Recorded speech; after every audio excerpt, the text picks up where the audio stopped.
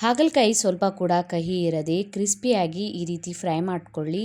2-3 ದಿನ ತನಕ ಕೆಡೋದಿಲ್ಲ. ನೀವು ಪ್ರವಾಸಕ್ಕೆ ಕೂಡ ಈ ಹಾಗಲಕಾಯಿ ಫ್ರೈಯನ್ನು ಒಯ್ಬೋದು.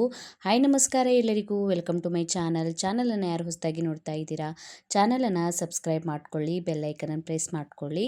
ಇಲ್ಲಿ ನಾನು 2-3 ಹಾಗಲಕಾಯಿಯನ್ನು ತೊಗೊಂಡಿದ್ದೀನಿ. ಇದನ್ನು ಸರಿಯಾಗಿ ವಾಶ್ ಮಾಡ್ಕೊಂಡಿದ್ದೀನಿ. ಈಗ ಹಾಗಲಕಾಯಿ 2 ಸೈಡನ್ನು ಕಟ್ ಮಾಡ್ಕೊತಾ ಇದ್ದೀನಿ. ಕಟ್ ಮಾಡ್ಕೊಂಡ್ಬಿಟ್ಟು ಇದನ್ನು ನಡ್ಬರ್ಕ್ಲಿಂದ ಕಟ್ ಮಾಡ್ಕೋಬೇಕು. ಈ ರೀತಿಯಲ್ಲಿ ನಾನೀಗ ಹಾಗಲಕಾಯಿಯನ್ನು ಕಟ್ ಮಾಡ್ಕೊಂಡಿದ್ದೀನಿ. ಒಂದು ಸ್ಪೂನ್ ಹೆಲ್ಪ್ನಿಂದ ನಾವು ಇದರೊಳಗಿರುವಂತಹ ಹಾಗಲಕಾಯಿ ಬೀಜಗಳನ್ನು ತೆಕ್ಕೊಳ್ಬೇಕು. ಈ ರೀತಿ ತೆಕ್ಕೊಳ್ಳಿ, ಸುಲಭವಾಗಿ ಬಂದ್ಬಿಡುತ್ತೆ. ಎಷ್ಟು ಹಾರ್ಡ್ ಪಾರ್ಟ್ ಇರುತ್ತೆ ಅಲ್ಲ ಅದನ್ನು ತೆಕ್ಕೊಂಡ್ಬಿಡಿ. ಈಗ ಇದನ್ನು ಇದೇ ರೀತಿ ಎಲ್ಲ ಹಾಗಲಕಾಯಿಯನ್ನು ಕಟ್ ಮಾಡ್ಕೊಂಡ್ಬಿಟ್ಟು ಒಳಗಿನ ಬೀಜನ ತೆಕ್ಕೊಂಡಿದ್ದೀನಿ. ಈಗ ನಾನು ಹಾಗಲಕಾಯಿ ದೊಡ್ಡದಿರೋದ್ರಿಂದ ಈ ಥರ 2 ಪೀಸಲ್ಲಿ ಕಟ್ ಮಾಡ್ಕೊಂಡ್ಬಿಟ್ಟು ಉದ್ದುದ್ದ ತೆಳುವಾಗಿ ಈ ಥರ ಕಟ್ ಮಾಡ್ಕೋತಾ ಇದ್ದೀನಿ. ನೀವು ನಿಮಗೆ ಬೇಕಾಗಿದ್ದ ಶೇಪ್ನಲ್ಲಿಯೂ ಈ ಹಾಗಲಕಾಯಿಯನ್ನು ಕಟ್ ಮಾಡ್ಕೋಬಹುದು. ದೊಡ್ಡ ಹಾಗಲಕಾಯಿ ಇರೋದ್ರಿಂದ ನಡ್ಬರ್ಕ್ಲಿಂದ ಕಟ್ ಮಾಡ್ಕೋತಾ ಇದ್ದೀನಿ. ಸಣ್ಣ ಸಣ್ಣ ಹಾಗಲಕಾಯಿ ಇದ್ದರೆ ನೀವು ಹಾಗೆ ಡೈರೆಕ್ಟಾಗಿ ಈ ಥರ ಉದ್ದುದ್ದ ಪೀಸಸಲ್ಲಿ ಕಟ್ ಮಾಡ್ಕೊಳ್ಳಿ. ಈಗ ಒಂದು ದೊಡ್ಡ ಪರಾತ್ಗೆ ಅಥವಾ ಪ್ಲೇಟ್ಗೆ ಈ ಥರ ಸ್ಪ್ರೆಡ್ ಮಾಡ್ಕೊಳ್ಳಿ ಹಾಗಲಕಾಯಿಯನ್ನು ಹಾಕ್ಕೊಂಡ್ಬಿಟ್ಟು. ಇದಕ್ಕೆ ಈಗ ನಾನು 1 ಟೇಬಲ್ ಸ್ಪೂನಷ್ಟು ಉಪ್ಪನ್ನು ಹಾಕ್ಕೋತಾ ಇದ್ದೀನಿ. ಉಪ್ಪನ್ನು ಹಾಕ್ಕೊಂಡ್ಬಿಟ್ಟು ಒಂದ್ಸಲ ಸರಿಯಾಗಿ ಈ ಥರ ಮಿಕ್ಸ್ ಮಾಡ್ಕೊಳ್ಳಿ. ಮಿಕ್ಸ್ ಮಾಡ್ಕೊಂಡ್ಬಿಟ್ಟು ಇದನ್ನು ಸ್ಪ್ರೆಡ್ ಮಾಡಿ ಹಾಗೆ 10ರಿಂದ 15 ನಿಮಿಷ ಬಿಟ್ಬಿಡ್ತೀನಿ. ಇದನ್ನು 10ರಿಂದ 15 ನಿಮಿಷ ಈ ಥರ ಬಿಟ್ಕೊಡೋದ್ರಿಂದ ಇದರಲ್ಲಿರುವಂತಹ ಕಹಿ ಅಂಶ ಎಲ್ಲ ಹೋಗಿಬಿಡುತ್ತೆ. ಈ ಥರ ಮಾಡ್ಕೊಳ್ಳಿ, ಕಹಿ ಸ್ವಲ್ಪ ಕಡಿಮೆ ಆಗಿಬಿಡುತ್ತೆ. ಈಗ ನೋಡಿ 10ರಿಂದ 15 ನಿಮಿಷ ಆಗಿದ್ಮೇಲೆ ನೀರು ಬಿಟ್ಬಿಟ್ಟಿದೆ. ಉಪ್ಪನ್ನು ಹಾಕ್ಕೊಳ್ಳೋದ್ರಿಂದ ನೀರು ಬಿಟ್ಕೊಳ್ಳುತ್ತೆ ಹಾಗಲಕಾಯಿ. ಈಗ ಎಷ್ಟಾಗುತ್ತೆ ಅಷ್ಟು ಈ ಥರ ಕೈಯಲ್ಲಿ ಹಿಡ್ಕೊಂಡ್ಬಿಟ್ಟು ಇದರೊಳಗಿನ ನೀರನ್ನು ತೆಕ್ಕೊಳ್ಬೇಕು. ಇದೇ ರೀತಿ ಎಲ್ಲ ಹಾಗಲಕಾಯಿ ಒಳಗಿನ ನೀರನ್ನು ನಾನು ತೆಕ್ಕೊಂಡ್ಬಿಟ್ಟು ಸಪ್ರೇಟ್ ಮಾಡ್ಕೋತೀನಿ. ಈಗ ನೀರನ್ನು ತೆಕ್ಕೊಂಡ್ಬಿಟ್ಟು ಈ ಥರ ಪ್ಲೇಟ್ಗೆ ಸ್ಪ್ರೆಡ್ ಮಾಡ್ಕೋತಾ ಇದ್ದೀನಿ. ಈ ಥರ ಸ್ಪ್ರೆಡ್ ಮಾಡಿ ಮಸಾಲೆಗಳನ್ನು ಹಾಕ್ಕೊಳ್ಳಿ. ಎಲ್ಲ ಕಡೆ ಸರಿಯಾಗಿ ಕೋಟ್ ಆಗುತ್ತೆ.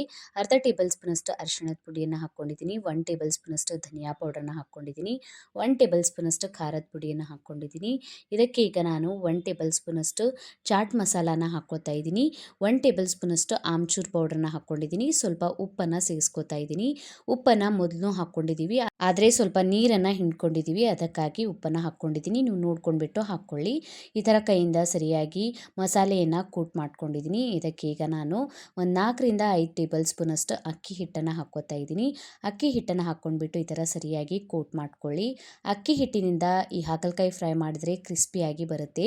ಅಕ್ಕಿ ಹಿಟ್ಟಿನ ಬದಲಿಗೆ ನೀವು ಕಾರ್ನ್ಫ್ಲವರ್ನು ಯೂಸ್ ಮಾಡ್ಕೋಬಹುದು. ಈಗ 1-2 ಟೇಬಲ್ ಸ್ಪೂನಷ್ಟು ನೀರನ್ನು ಹಾಕ್ಕೊಂಡ್ಬಿಟ್ಟು ಇದನ್ನು ಸರಿಯಾಗಿ ಮಿಕ್ಸ್ ಮಾಡ್ಕೋತಾ ಇದ್ದೀನಿ. ಸರಿಯಾಗಿ ಹಾಗಲಕಾಯಿಗೆ ಮಸಾಲೆ ಮತ್ತು ಹಿಟ್ಟು ಕೋಟ್ ಆಗಿದೆ. ಈಗ ಇದನ್ನು ನಾನು ಡೀಪ್ ಫ್ರೈ ಮಾಡ್ಕೋತಾ ಇದ್ದೀನಿ. ಎಣ್ಣೆಯನ್ನು ಬಿಸಿ ಮಾಡೋದಕ್ಕೆ ಇಟ್ಟಿದ್ದೀನಿ. ಎಣ್ಣೆ ಬಿಸಿ ಆಗಿದ್ಮೇಲೆ ಗ್ಯಾಸ್ ಫ್ಲೇಮನ್ನು ಮೀಡಿಯಮಲ್ಲಿ ಇಟ್ಕೊಂಡ್ಬಿಟ್ಟು ಈ ಥರ ಒಂದೊಂದಾಗಿ ಹಾಗಲಕಾಯಿಯನ್ನು ಹಾಕ್ಕೊಳ್ಳಿ. ಡೀಪ್ ಫ್ರೈ ಮಾಡಲ್ಲ ಅನ್ನೋರು ನಿಮ್ಮ ಹತ್ರ ಏರ್ ಫ್ರೈಯರ್ ಇದ್ದರೆ ಅದರೊಳಗೆ ಫ್ರೈ ಮಾಡ್ಕೊಳ್ಳಿ.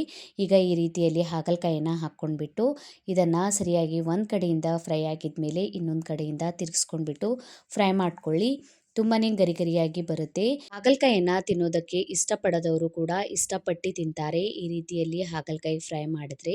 ಈಗ ಸರಿಯಾಗಿ ಕ್ರಿಸ್ಪಿ ಆಗಿಬಿಟ್ಟಿದೆ ಹಾಗಲಕಾಯಿ. ಈಗ ಇದನ್ನು ತೆಕ್ಕೋತಾ ಇದ್ದೀನಿ. ಇದೇ ರೀತಿ ಎಲ್ಲ ಹಾಗಲಕಾಯಿಯನ್ನು ಫ್ರೈ ಮಾಡ್ಕೊಳ್ತೀನಿ. 2-3 ದಿನ ತನಕ ಈ ಹಾಗಲಕಾಯಿ ಫ್ರೈಯನ್ನು ಇಟ್ಕೊಂಡ್ಬಿಟ್ಟು ತಿನ್ಕೊಳ್ಬಹುದು. ಎಲ್ಲಾದರೂ ಪ್ರವಾಸಕ್ಕೆ ಹೋಗ್ತೀರಾ ಅಂದರೆ ಈ ರೀತಿ ಹಾಗಲಕಾಯಿ ಫ್ರೈಯನ್ನು ಮಾಡ್ಕೊಳ್ಳಿ, ಕೆಡೋದಿಲ್ಲ. ತುಂಬಾ ಕ್ರಿಸ್ಪಿ ಮತ್ತು ಗರಿಗರಿಯಾಗಿ ಬರುತ್ತೆ ಈ ಹಾಗಲಕಾಯಿ ಫ್ರೈ. ಇದನ್ನು ರೊಟ್ಟಿ ಚಪಾತಿ ಜೊತೆ ತಿನ್ಕೊಳ್ಬಹುದು, ಅನ್ನ ಸಾಂಬಾರ್ ಜೊತೆ ಸೈಡ್ ಡಿಶ್ ಆಗಿನೂ ತಿನ್ಕೊಳ್ಬಹುದು. ಒಂದಿಲ್ಲಿ ಮುರಿದು ತೋರಿಸ್ತಾ ಇದ್ದೀನಿ ನೋಡಿ, ತುಂಬಾ ಗರಿಗರಿಯಾಗಿ ಬಂದಿದೆ. ನೀವು ಮನೆಯಲ್ಲಿ ಟ್ರೈ ಮಾಡಿ ನೋಡಿ, ಕಮೆಂಟ್ ಒಳಗೆ ತಿಳಿಸಿ ವಿಡಿಯೋ ಹೇಗೆ ಅನ್ನಿಸ್ತಂತ. ವಿಡಿಯೋ ಇಷ್ಟ ಆಗಿತ್ತಂದರೆ ವಿಡಿಯೋಗೊಂದು ಲೈಕ್ ಮಾಡಿ, ಫ್ಯಾಮಿಲಿ ಮತ್ತು ಫ್ರೆಂಡ್ಸ್ ಜೊತೆ ಶೇರ್ ಮಾಡ್ಕೊಳ್ಳಿ. ಇನ್ಸ್ಟಾಗ್ರಾಮ್ ಫೇಸ್ಬುಕ್ಕಿಗೂ ಫಾಲೋ ಮಾಡ್ಕೊಳ್ಳಿ. Thank you for watching.